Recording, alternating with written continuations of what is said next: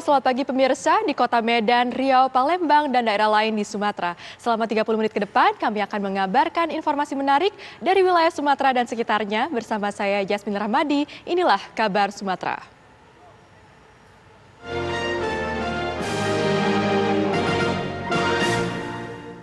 Terdakwa memiliki waktu yang sangat panjang untuk memikirkan dan mempertimbangkan untuk menolak atau tidak melaksanakan perintah saksi Ferdi Sambo tersebut, namun faktanya terdakwa lebih memilih untuk mengikuti dan melaksanakan perintah saksi Ferdi Sambo. 6. Terdakwa telah dengan sengaja menyadari bahwa perbuatan mematahkan laptop milik saksi Baikuni akan mengakibatkan informasi elektronik dalam hal ini rekaman video dari DVR CCTV di Pos Satpam Kompleks Polri Duren 3 Jakarta Selatan menjadi rusak, tidak dapat diakses atau dipergunakan khususnya dalam kaitannya dengan pengungkapan peristiwa penembakan Brigadir Joshua. 7. Informasi berupa video rekaman yang menampilkan Brigadir Joshua masih hidup pada saat saksi Ferdi Sambo datang ke rumah dinas saksi Ferdi Sambo di Kompleks Polri Duren 3 Jakarta Selatan adalah milik publik karena berasal dari DVR CCTV yang merupakan milik warga Kompleks Polri Duren 3 Jakarta Selatan. Menimbang bahwa dengan uraian pertimbangan-pertimbangan hukum dan keyakinan-keyakinan hakim sebagaimana diuraikan di atas, maka dengan demikian unsur dengan sengaja dan melawan hukum dengan cara apapun merusak suatu informasi elektronik milik publik dengan demikian telah terpenuhi. Menimbang bahwa oleh karena keseluruhan unsur tindak pidana terdapat di dalam dakwaan pertama subsidiar telah terpenuhi, maka dengan demikian maka majelis hakim berpendapat bahwa dengan demikian terdakwa haruslah dinyatakan telah terbukti secara sah dan meyakinkan bersalah melakukan tindak pidana dengan sengaja dan melawan hukum dengan cara apapun merusak suatu informasi elektronik milik publik yang dilakukan secara bersama-sama. Menimbang bahwa oleh karena terdakwa telah dinyatakan terbukti bersalah, maka sudah sepatutnya terdakwa dijatuhi pidana yang setimpal dengan kesalahannya tersebut. Menimbang bahwa majelis hakim merasa perlu untuk mempertimbangkan hal-hal berikut sebelum memutuskan besaran pemidana yang dijatuhkan terhadap diri terdakwa. Menimbang bahwa di dalam nota pembelaannya, terdakwa menyatakan yang pada intinya bahwa proses penyidikan perkara pidana akuo terdakwa sudah berada di penempatan khusus atau patsus dan tidak pernah mendapatkan izin dari ankum atau atasan yang berhak menghukum saat meninggalkan patsus untuk menjalani proses penyidikan perkara pidana akuo. Oleh karenanya pemeriksaan atau penyidikan tersebut tidak sah. Menimbang bahwa terhadap pernyataan terdakwa tersebut, majelis hakim menilai dan berpendapat apabila terdakwa mempermasalahkan keabsahan pemeriksaan atau penyidikan terdakwa saat sudah berada di patsus tanpa seizin dari ankum, seharusnya hal tersebut terdakwa ajukan dalam proses pra-peradilan sebelum dimulainya proses persidangan perkara pidana terdakwa akuo yang bisa saja dikembangkan menjadi pengujian atau pemeriksaan terhadap penetapan terdakwa sebagai tersangka pada saat itu. Dengan mengajukan dan mempermasalahkan bahwa terdakwa tidak mendapat izin dari ankum untuk menjalani proses pemeriksaan atau penyidikan saat proses persidangan pidana terdakwa akuo sudah berjalan, maka majelis hakim menilai hal tersebut adalah terlambat untuk diajukan.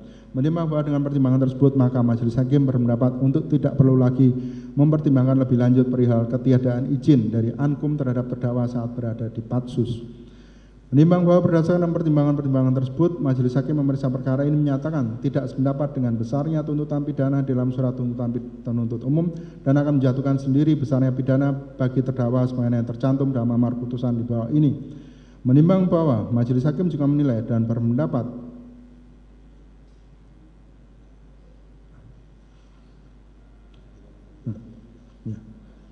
Menimbang bahwa pertimbangan tersebut di atas sekaligus juga menanggapi surat pembelaan dari terdakwa yang telah diajukan di persidangan. Menimbang bahwa dari fakta-fakta yang diperoleh di persidangan tidak terdapat hal-hal yang dapat dijadikan alasan-alasan penghapusan pidana, baik alasan pemaaf maupun alasan pembenar, sehingga karena itu terdakwa dapat dipertanggungjawabkan atas perbuatan pidana yang dilakukannya. Menimbang bahwa terhadap barang bukti sebagaimana tersebut dalam tuntutan penuntut umum karena masih terkait dengan tindak pidana lainnya atas nama terdakwa Hendra Kurniawan dikembalikan pada penuntut umum untuk dipergunakan dalam berkas Hendra Kurniawan tersebut, sedangkan bukti surat-surat yang diajukan oleh penasihat hukum terdakwa tetap terlampir dalam berkas perkara. Menimbang bahwa barang bukti tersebut yang ditentukan terdiri dari sebagaimana tercantum dalam surat tuntutan penuntut umum,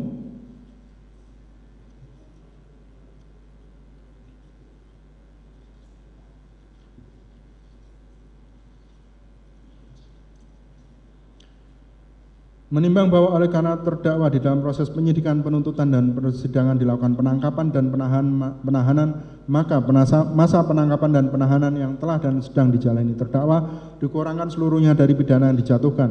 Menimbang bahwa oleh karena majelis hakim merasa khawatir bahwa terdakwa akan mengulangi perbuatannya, menghilangkan barang bukti, atau akan melarikan diri, maka dengan ini diperintahkan agar terdakwa tetap berada dalam tahanan. Menimbang bahwa oleh karena terdakwa dinyatakan terbukti bersalah, maka sesuai pasal 222 ayat 1 Undang-Undang Republik Indonesia nomor 8 tahun 1981 mengenai hukum acara pidana, terdakwa dibebani pula untuk membayar biaya perkara yang besarnya akan ditentukan dalam amar putusan di bawah ini. Menimbang bahwa sebelum hakim menjatuhkan pidana terlebih dahulu dipertimbangkan hal-hal yang memberatkan dan meringankan dari diri terdakwa sebagai berikut. Hal-hal yang memberatkan: perbuatan terdakwa bertentangan dengan asas profesionalisme yang berlaku sebagai anggota kepolisian Republik Indonesia. Hal-hal yang meringankan: terdakwa belum pernah dipidana, terdakwa memiliki tanggungan keluarga, terdakwa bersikap sopan dan bersikap kooperatif sehingga membuat pengungkapan peristiwa penembakan Brigadir Joshua Huta Barat menjadi terang.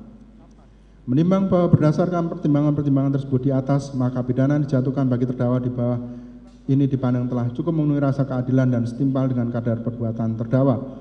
Mengingat dan memperhatikan pasal 48 Yungto pasal 32 Undang-Undang Republik Indonesia nomor 19 tahun 2016 tentang perubahan Undang-Undang Republik Indonesia nomor 11 tahun 2008 tentang informasi dan transaksi elektronik, Yungto pasal 55 ayat 1 ke 1 Kitab Undang-Undang Hukum Pidana, Undang-Undang Republik Indonesia nomor 8 tahun 1981 tentang hukum acara pidana, dan peraturan perundang-undangan lain yang berkaitan dengan perkara ini.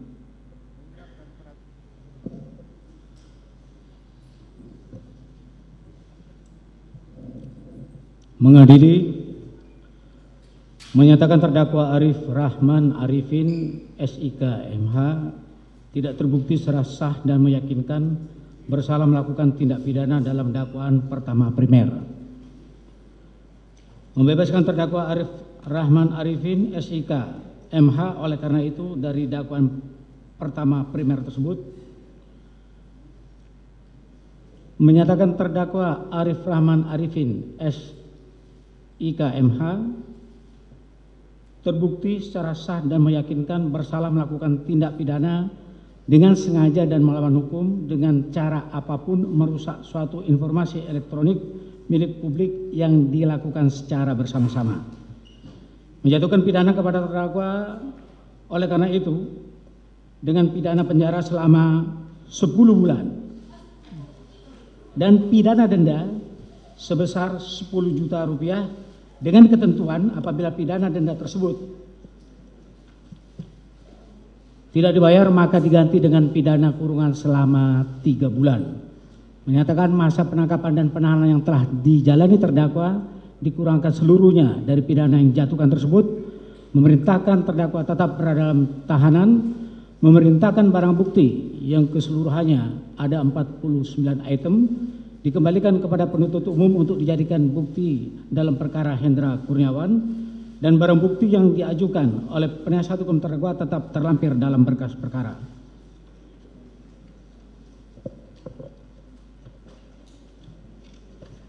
Membebankan biaya perkara kepada terdakwa sebesar Rp10.000. Demikian diputus dalam rapat permusyawaratan Majelis Hakim Pengadilan Negeri Jakarta Selatan pada hari Kamis tanggal 16 Februari 2023 oleh Ahmad Suhel Sarjana Hukum sebagai Hakim Ketua, Hendra Yuristiawan Sarjana Hukum Magister Hukum, dan Yuyamto Sarjana Hukum Magister Hukum masing-masing sebagai Hakim Anggota. Putusan mana diucapkan dalam sidang terbuka untuk umum pada hari ini Kamis tanggal 23 Februari 2023 oleh Hakim Ketua tersebut dengan didampingi Hakim Anggota tersebut dibantu oleh Saripudin SH dan Matius B. Situresa, panitera pengganti pada pengadilan negeri tersebut, serta dihadiri oleh Mahendra D. SH MH, penuntut umum, dan kawan-kawan penuntut umum pada Kejaksaan Negeri Jakarta Selatan, dan di hadapan terdakwa yang didampingi oleh para penasehat hukumnya. Baik, sudah saudara dengarkan ya putusan ini sebagaimana yang sudah dibacakan tadi. Terhadap putusan ini ada hak saudara untuk terima dan tidak terima, kemudian menyatakan banding atau berpikir terlebih dahulu selama 7 hari. Kami tanyakan kepada saudara.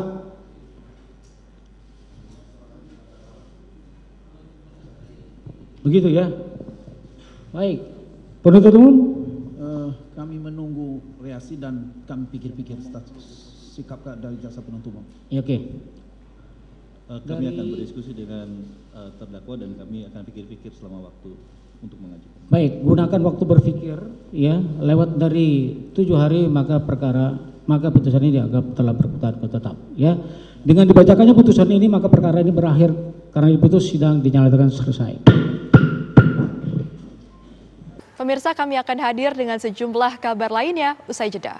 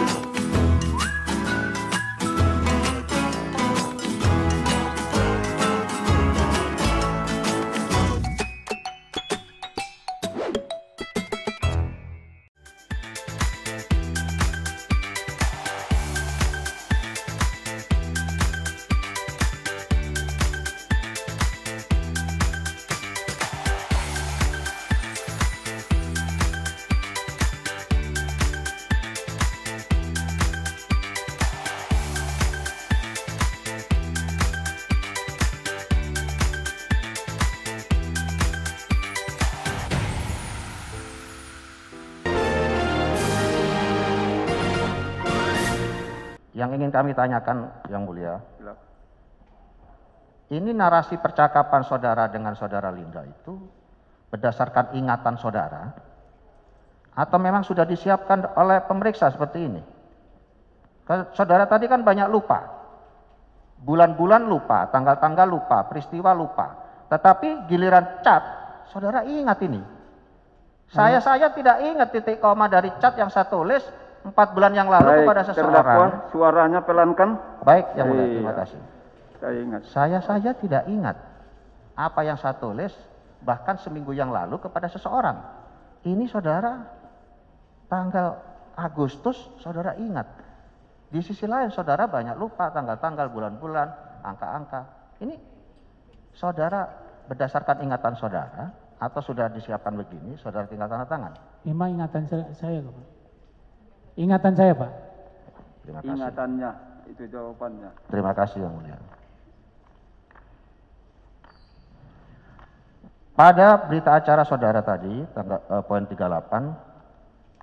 ada pertanyaan penyidik, apa peran dan tugas saudara Linda, Janto, dan Ahmad Darmawan dalam tindak pidana narkotika yang dilakukan bersama-sama dengan saudara? Lalu saudara menjawab, tugasnya Yanto dan Ahmad Darmawan mencari pembeli, kemudian tugas saudara adalah yang menentukan harga. Betul ya? Iya. Dari mana saudara tahu tentang harga-harga itu? Bisa jawab? Bisa diulangi, Pak? Mohon maaf. Dari mana saudara tahu dalam menentukan harganya itu? Ya kita menentukan sendiri, Pak. Linda menentukan harga 5.400, ya kan? Ya bagaimana caranya supaya kalau kita kerja itu biar dapat hasil, Pak? Terus terang aja. Oke. Bagaimana caranya supaya kita dapat hasil, ya kita melebihin. Begitu, Pak. Itulah Yang Mulia. jawaban jujurnya. Oke. Terima kasih, Yang Mulia.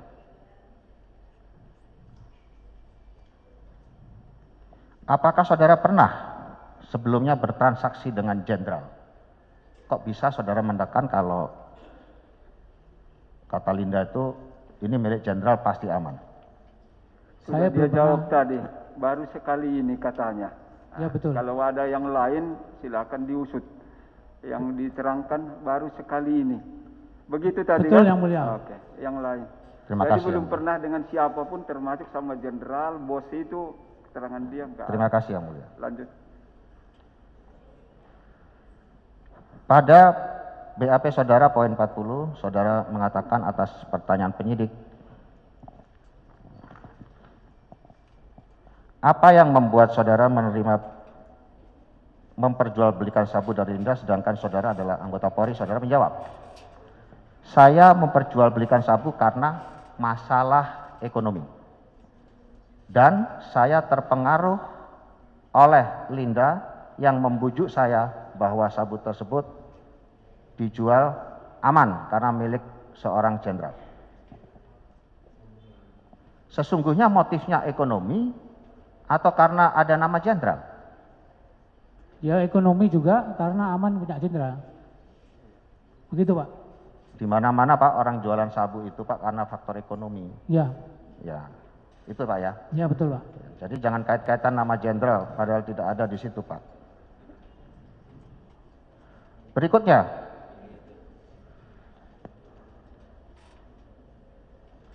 ketika saudara ditawari sabu oleh Linda Pujiastuti, lalu saudara bilang, nanti saya tanyakan teman-teman. Begitu ya, masih ingat jawaban itu? Betul. Ya. Berarti saudara punya banyak teman yang bisa memperjualbelikan sabu? Memang banyak teman Pak, tapi maksudnya teman itu yang tahu melemparnya Pak, bukan teman yang tempat jual sabu. Maksudnya itu teman saya kan memang banyak di Jakarta. Maksudnya teman-teman itu siapa sih yang tahu yang tempat melemparnya barang? Itu maksud saya Pak. Iya, tapi maksud saya adalah berarti saudara punya kenalan banyak orang yang bermain beginian. Bukan banyak kenalan yang jual sabu Pak, maksudnya banyak teman di Jakarta, tapi yang tahu itu cuman seberapa teman aja Pak, kita nggak banyak teman Pak. Terima kasih Yang Mulia. Pada keterangan saudara di awal-awal, saudara terlalu tidak konsisten mengatakan kemarin bilang barang dari Linda itu milik My Jenderal. Hari ini saudara mengatakan dari jenderal. Kemudian diubah lagi jenderal dari Padang dan sebagainya. Mengapa sering berubah-ubah begitu Pak? Saya bukan sering ubah-ubah, kadang-kadang sering lupa Pak. Kenapa Pak?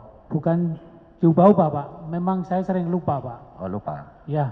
Apakah kira-kira ada yang mendikte saudara atau mengancam saudara? Tidak ada Pak. Tidak ada. Saya secara jujur apa adanya saya omong di sini Pak. Apa adanya Pak ya. Saya Ya. tanya sekarang uji kejujuran Bapak. Pada hari Selasa malam menjelang Isya, apakah di sel Bapak ada kedatangan tamu penyidik dari Polda Metro Jaya beserta lawyer saudara? Kalau lawyer ada, tapi Ada. penyidik nggak ada Pak. Oh, apa yang dilakukan lawyer pada malam-malam begitu? Kita cuma ngobrol aja Pak. Saya ngobrolnya juga nggak ikut Pak saya Pak. Terima kasih. Iya Pak. Kita juga punya bukti CCTV Pak.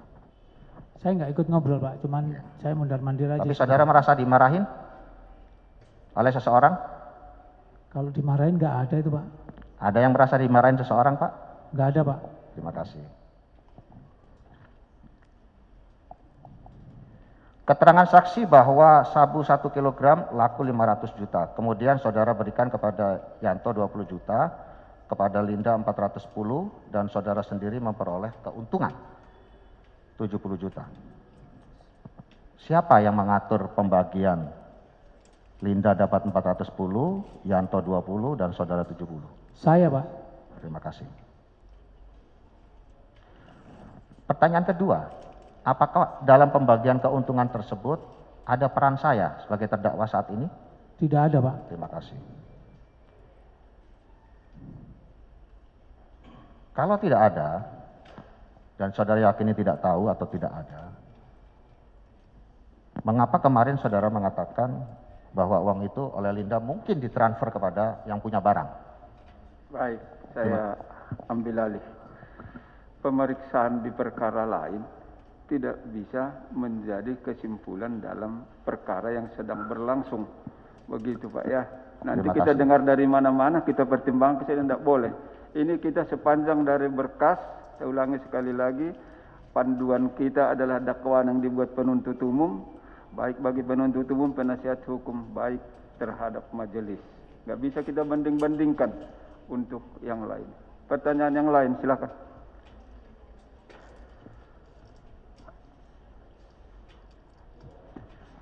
Tadi atas pertanyaan Majelis Hakim yang mulia, saudara mengatakan asal-usul barang itu tidak tahu. Kemudian saudara bergeser Bukit Tinggi, ada lihat berita, kemudian terakhir saudara bilang dari Padang. Yang mana yang sesungguhnya sebetulnya? Kalau asal-usul kan saya tidak tahu, memang itu cerita dari Linda dari Padang. Dan memang pengungkapan saya nonton TV Pak, bahwa itu pengungkapan dari Bukit Tinggi di press release itu ada Pak, itu aja Pak. Terima kasih Majelis Hakim yang mulia, kami akhiri. Baik, cukup ya. Pemirsa, kami akan hadir dengan sejumlah kabar lainnya usai jeda.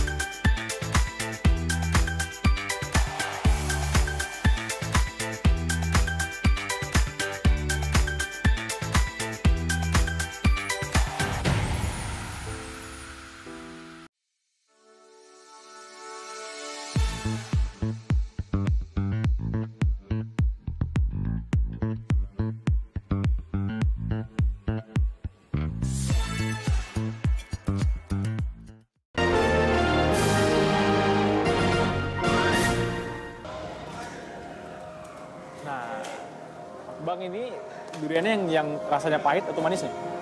Pahit. Ini yang pahit ya? Ini yang pahit, Yang agak kuning-kuningan. ini manis, yang kering, kuning.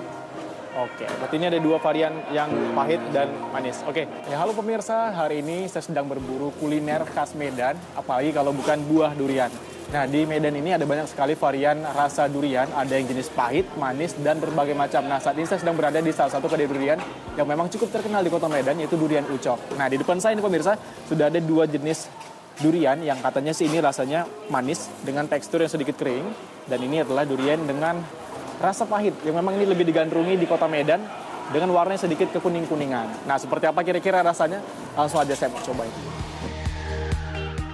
Namun, sebelum Anda menyantap durian Medan, jangan salah pilih untuk menemukan durian yang lezat. Kalau memilih durian yang bagus, biasanya harum, wangi dia, harum dan segar buahnya. Kayaknya seperti yang baru nyampe, dia harum, itu buka aja, itu pasti bagus. Kalau di Medan, varian rasanya ada 3 macam, manis, legit, dan pahit. Nah, tapi biasanya orang-orang yang dari Jawa biasa suka manis, legit. Kalau yang Medan biasanya suka yang pahit. Tergantung selera orang aja, yang mana selera orang. Wow, nah ini dia pemirsa, durian yang punya cita rasa pahit. Nah, saya akan coba nih, kira-kira gimana sih rasanya.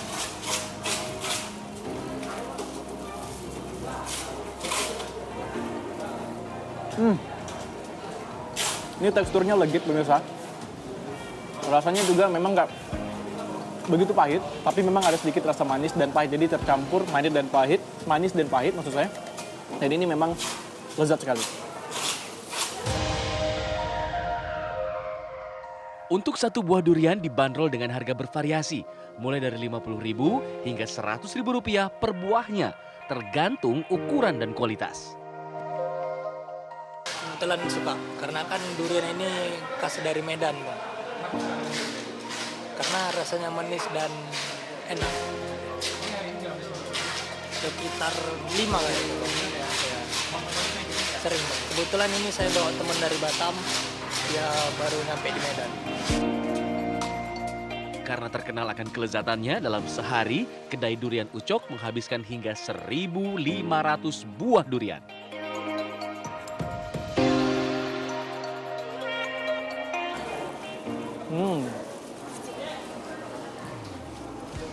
Nah, pemirsa bagaimana? Pasti Anda tergiur kan lihat saya makan durian? Nah, ini saya cobain durian yang jenis rasa manis. Nah, nih dengan teksturnya yang sedikit berwarna kuning, ya. Nah, pemirsa untuk itu, saya mau pantun dulu nih untuk pemirsa di rumah. Sungguh cantik si anak perempuan, makin cantik pakai perhiasan. Kalau Anda berkunjung ke Medan, jangan lupa cobain durian. Nah, ini dia. Dari Medan, Sumatera Utara, Nopri Apandi, Ferry dan Utama, Tilion mengabarkan. Pemirsa, pizza yang sejatinya adalah kuliner khas Italia dimodifikasi menjadi santapan dengan citra rasa khas Batak. Inilah inovasi bisnis yang coba dijalankan sebuah restoran di Balige, Sumatera Utara. Restoran ini bahkan mengadopsi nama bumbu dapur khas tanah Batak, andaliman. Bila selama ini Anda mengenal pizza dengan topping daging, ayam, ataupun jamur, maka pizza yang satu ini menggunakan bahan dasar yang unik atau berbeda, yaitu pizza andaliman. Nah, pizza ini hanya bisa Anda jumpai di kota Balige, Sumatera Utara. Seperti apa keunikan ataupun cita rasa khas dari pizza andaliman ini? Saya akan mengajak Anda ke dapur pizza andaliman.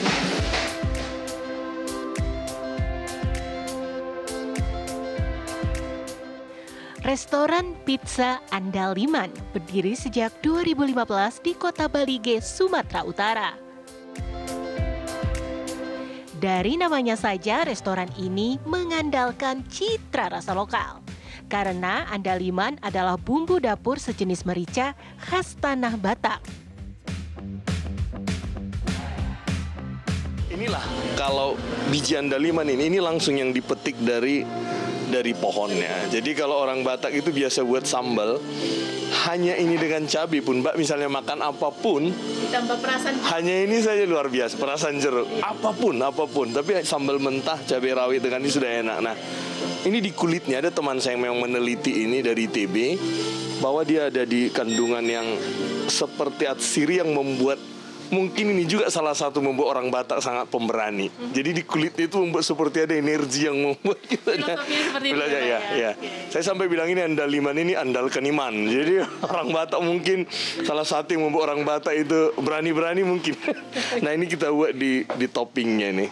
Sedikit ya ditaruh di topping sebagai pewangi, nanti kerasa walaupun dia sedikit tapi akan cukup terasa ya.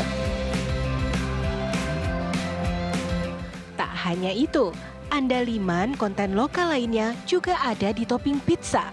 Yang tidak mungkin ditemukan di pizza yang aslinya adalah kuliner Italia. Seperti teri Medan, daun bawang, dan kacang panjang. Dengan inovasi ini, pemilik restoran mencoba bersaing dengan restoran pizza Waralaba. Enak sih, Kak. Enak. Pertama kali. Ya, bakal nyoba lagi. Pernah jumpain menu seperti ini di mana? Belum, justru unik ya. Kita cobanya baru di sini. Andaliman kan khas Batak ya, coba gitu. Aneka pizza andaliman dijual dengan kisaran Rp65.000 hingga Rp80.000. Nama andaliman yang merupakan produk tani khas Batak juga menjadi daya tarik tersendiri bagi turis yang mencari kuliner khas Balige. Dari Kota Balige, Sumatera Utara, Wanasari Ferrari Narotama, TV One mengabarkan.